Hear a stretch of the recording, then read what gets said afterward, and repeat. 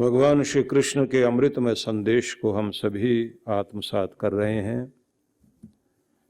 गीता में भगवान श्री कृष्ण ने जो संदेश उपदेश हम सभी के लिए दिए हैं वह किसी एक देश के लिए, जाति बिरादरी के लिए, वर्ग समूह के लिए नहीं, समस्त मानव मात्र के लिए है। इसलिए वो कहते हैं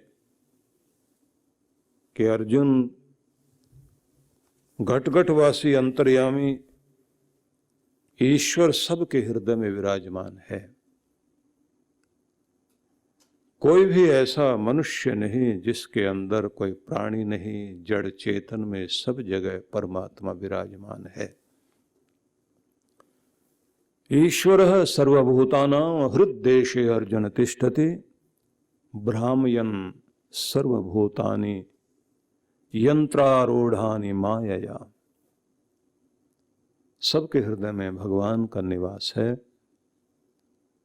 और कोई भी ऐसा नहीं जड़ चेतन समस्त के अंदर वह सर्वंतर्यामिन शुद्ध बुद्ध मुक्त स्वभाव, वह असीम, वह अनंत, वह सर्वव्यापी सत्ता सर्वत्र विराजमान है। वह अखंड है, अजन्मा है, निर्विकार है, सर्वशक्तिमान है, दयालु है और वही न्यायकारी है, पतित पावन है, मन भावन है, जगदाधार है, जगदीश है, सच्चिदानंद स्वरूप वही परमेश्वर है। अनंत अनंत नाम उस परमेश्वर के है। इसलिए कहा जाता है एकम सद विप्रा बहुधा वदन्ति। एक ही सत्य स्वरूप परमेश्वर को अनेक अनेक नामों से, अनेक अनेक रूपों में मनुष्य पुकारता है। झोलियां सबकी फैली हैं, देने वाला मालिक एक ही है। उसके नाम अलग अलग हैं, उसको पुकारने के तरीके अलग अलग हैं।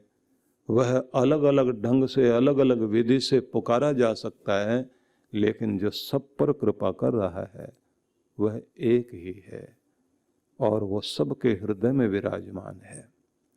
उस प्यारे ईश्वर को अलग अलग रूपों में हम लोग अलग अलग तरीके से, अलग अलग भाषा में, अलग अलग भाव में पुकारते रहते हैं और सब अपने अपनी विधि को ठीक कहते हैं। जो रास्ता भगवान तक चला जाए वही तो रास्ता ठीक है। लेकिन ये बात ध्यान रख लीजिए कि बाहर के शब्द, बाहर की क्रियाएं तभी सफल होती हैं जब इन क्रियाओं के पीछे जो हमारा हृदय का भाव है वो जुड़ जाए। क्योंकि हम अपने पूजा पाठ विधि विधान के माध्यम से, अपनी श्रद्धा और अपने विश्वास के माध्यम से अपना प्रेम ही भगवान तक पहुंचाते हैं। और वो प्रेम जब हमारे हृदय से उपजता है और हम तल्लीन होकर परमात्मा को पुकारते हैं तो पंख लगाकर आपका प्रेम उड़कर भगवान के चरणों तक पहुंचता है।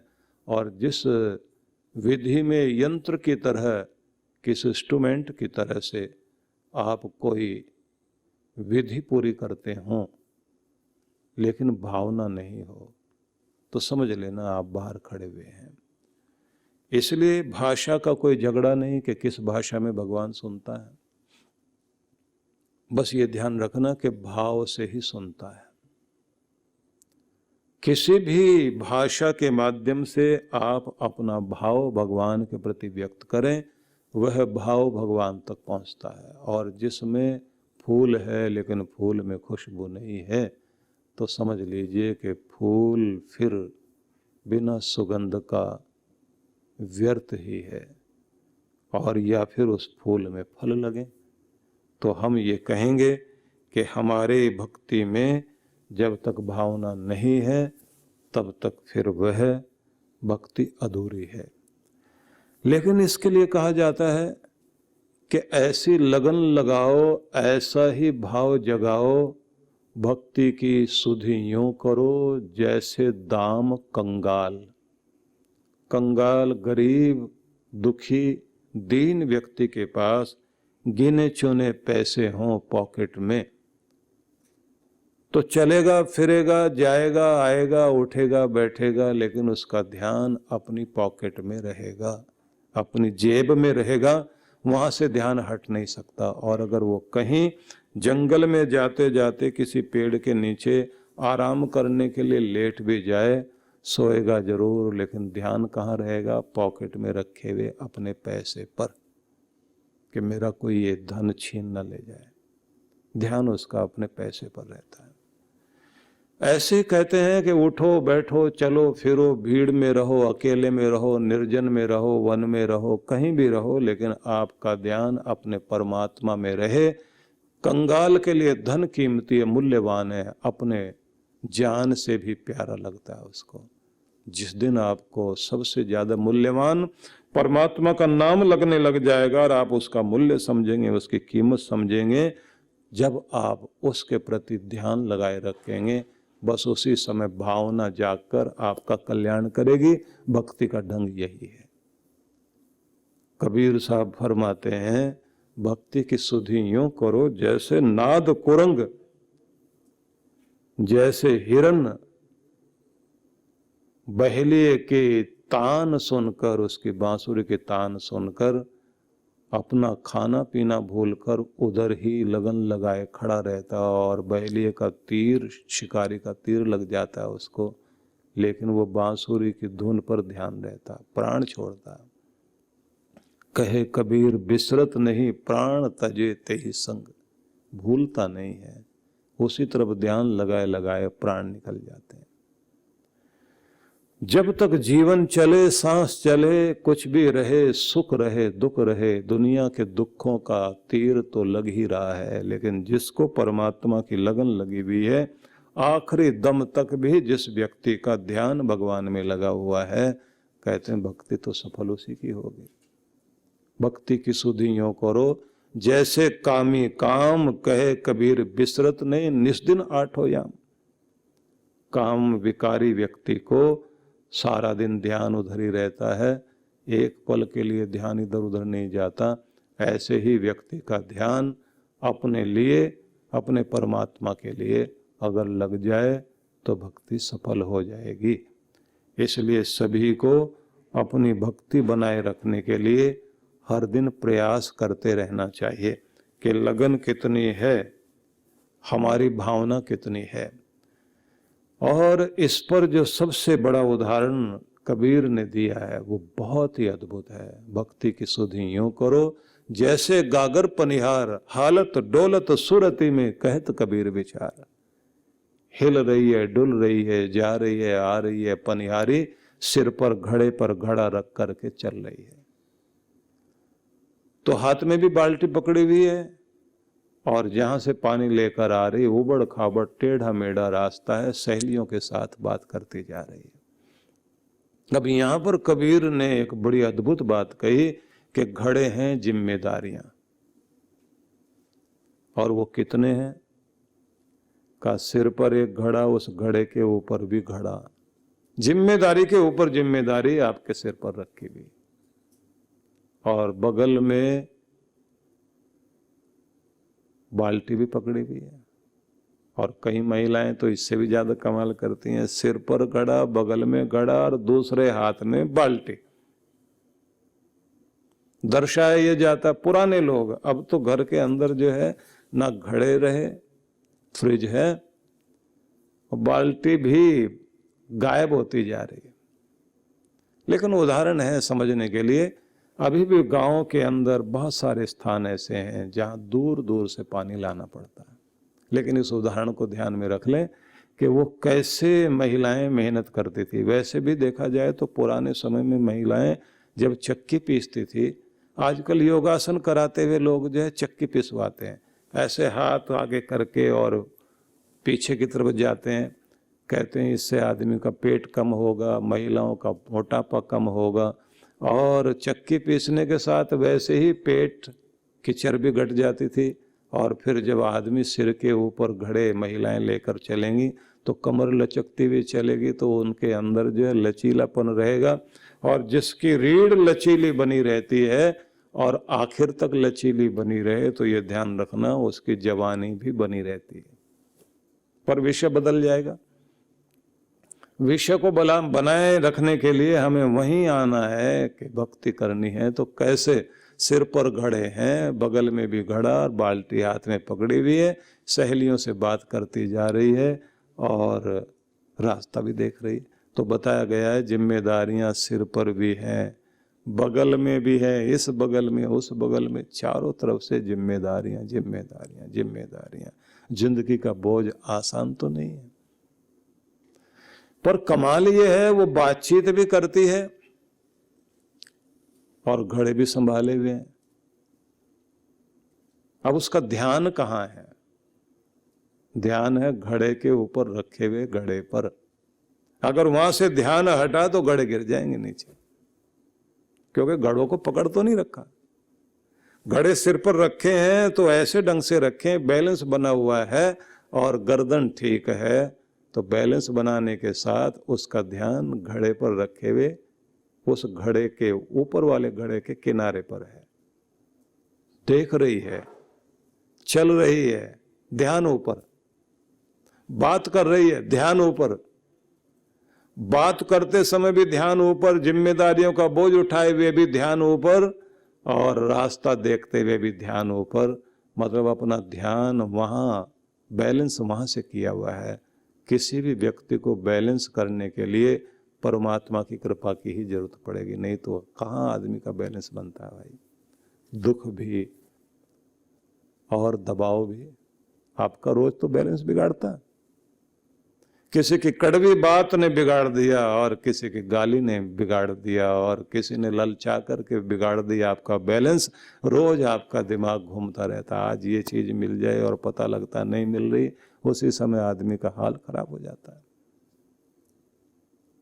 क्योंकि लोग हैं खुश कर देंगे 2 मिनट में। जिसका ध्यान ऊपर लगा हुआ है उसका तो बैलेंस बना रहेगा, और जिसका ध्यान ऊपर से मतलब परमात्मा, भगवान के साथ संबंध जोड़े रखोगे तो आपका बैलेंस बना रहेगा। और जिम्मेदारियां संभाले संभाले प्रार्थना क्या करनी है? जिम्मेदारियां कितनी भी दे मेरे परमात्मा, लेकिन मेरे कंधों को इतना मजबूत कर के हर जिम्मेदारी को उठा सकूं, और मेरे मन को भी इतना प्रबल बना कि न कभी हारूं, न कभी टूटूं, न कभी घबराऊं, न कभी दुखी हों। हर स्थिति परिस्थिति में मेरे मन को मजबूती देना कि मैं हर स्थिति से बाहर निकल सकूं, और खुद भी मजबूत बनूं, दूसरों को भी बनाऊं। क्योंकि एक कायर आदमी सबको जिस हाल में पहुंचा देता, फौज में एक कायर भागने लग जाए सबको मरवा देगा वो। एक कायर आदमी सबका हाल खराब कर देता है। गंदी मछली तालाब के, पूरे तालाब के अंदर की स्थिति खराब कर देती है। किसी घर में किसी का गुस्सा, किसी की बदतमीजी, किसी का गलत व्यवहार, सबकी शांति भंग करते हैं। तो आपको ध्यान रखना है कि अपने आप को बैलेंस करते रहने के लिए, दुनिया के लोगों से बैलेंस नहीं बनेगा। ये तो बैलेंस बिगाड़ने का काम करते हैं, ये तो मेंढक तोलने जैसा काम है। पंजाब वाले लोग मेंढक को डड्डू बोलते हैं। मेंढक तोलना आसान बात है क्या? अगर तोल भी लिए, थैले में भर लिए किसी ने, और 2 थैले में भरने के बाद उसके बाद तोलने के लिए कोशिश की, मेंढकों ने कहा गड़बड़ हो गई है, तो मूछ का सवाल है, नाम को बट्टा लग जाएगा। ये तराजू में तोलने लग गया है तो अब जो है ना, तुलने मत देना। वहीं उछलना शुरू कर दिया, बिगाड़ दिया बैलेंस उसका। तोल के दिखा।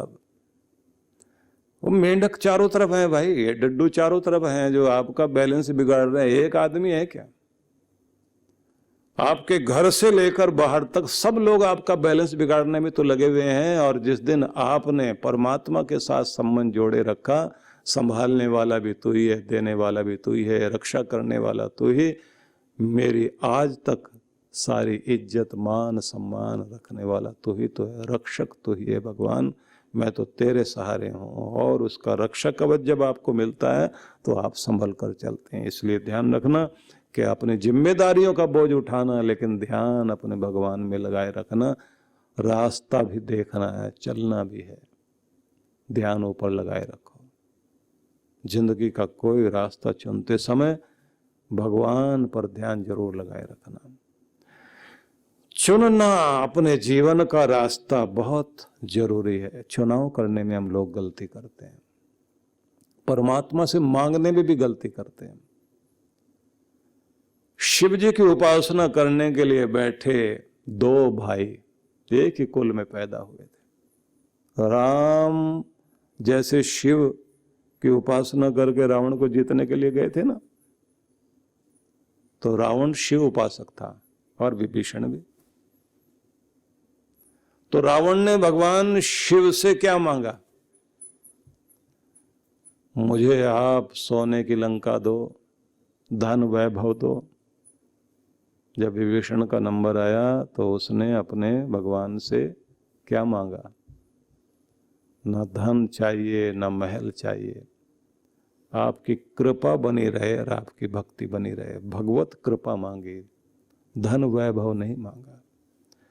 जिसने भगवत कृपा मांगी, भक्ति सत्य धर्म का मार्ग मांगा, तो पूरी जिंदगी धर्म सत्य आस्था के साथ चलता रहा।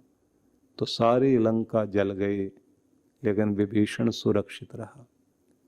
सोचिए, कृष्ण के द्वार पर दुर्योधन भी गया, अर्जुन भी गया।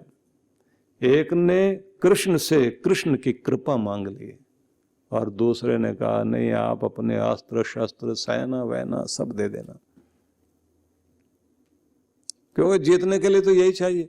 आदमी जो है दुनिया में यही सोचता है, जीतने के लिए धन चाहिए, मकान चाहिए, जमीन चाहिए, जायदाद चाहिए, इसी से तो जीतेंगे। और जब आदमी ये मांगता है कि परमात्मा मुझे तो आपकी कृपा चाहिए, क्योंकि मेरी जीत नहीं है, जीत तो आपकी है, आपकी कृपा ही जीतेगी, आपका सहारा ही मेरे लिए सबसे बड़ा सहारा है, इसलिए मुझे और किसी का सहारा नहीं चाहिए, मुझे तो केवल आपका सहारा चाहिए।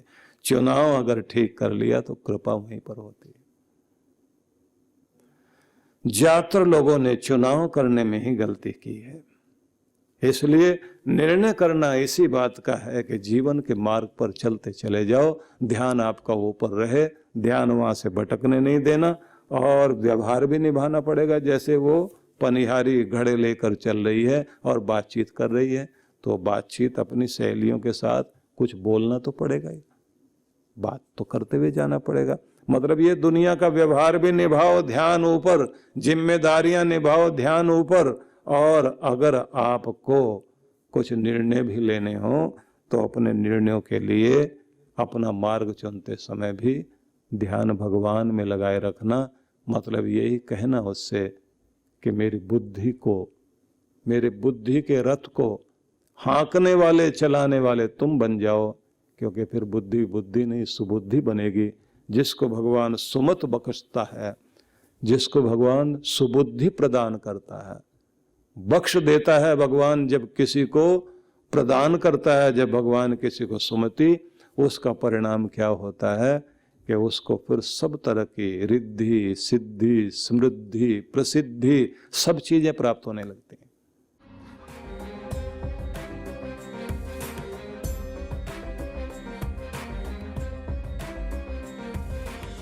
अन्नपूर्णे सदा पूर्णे शंकर प्राण वल्लभे ज्ञान वैराग्य सिद्ध्यर्थम भिक्षाम देहि चा पार्वती।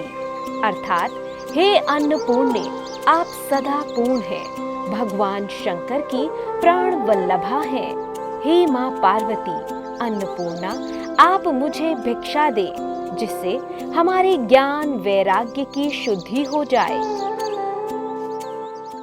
सेवा आज जिस संस्थान का पर्याय बन चुकी है, वो है पूज्य श्री सुधांशु जी महाराज के सानिध्य में संचालित विश्व जागृति मिशन।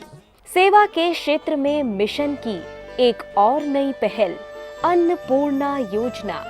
इस योजना में आप अपने एवं अपने परिवारजनों के जन्मोत्सव, विवाह की वर्षगांठ तथा दिवंगत परिजनों की पावन स्मृति में आनंद धाम आश्रम में स्थित गुरुकुल के ऋषि कुमारों एवं वृद्धाश्रम के वृद्धजनों को सहभोज करा सकते हैं। इस अवसर पर प्रातः गुरुकुल के ऋषि कुमारों द्वारा वैदिक मंत्रोच्चारण के साथ आपके एवं आपके परिवार की मंगल कामनाओं के निमित्त यज्ञ का आयोजन किया जाता है। यजमान की सुख, समृद्धि और दीर्घ आयु के लिए प्रार्थना भी की जाती है। दोपहर को सहभोज का आयोजन होता है। आप सपरिवार आनंद धाम पधारे, यज्ञ में भाग लें और अपने हाथों से भोजन कराकर पुण्य लाभ एवं आत्म संतुष्टि के भाव से जीवन को आनंदमय करें। इस योजना से जुड़ने के लिए एवं अधिक जानकारी के लिए संपर्क करें 9582954200 9560792792। सहयोग राशि भेजने के लिए हमारा अकाउंट डिटेल है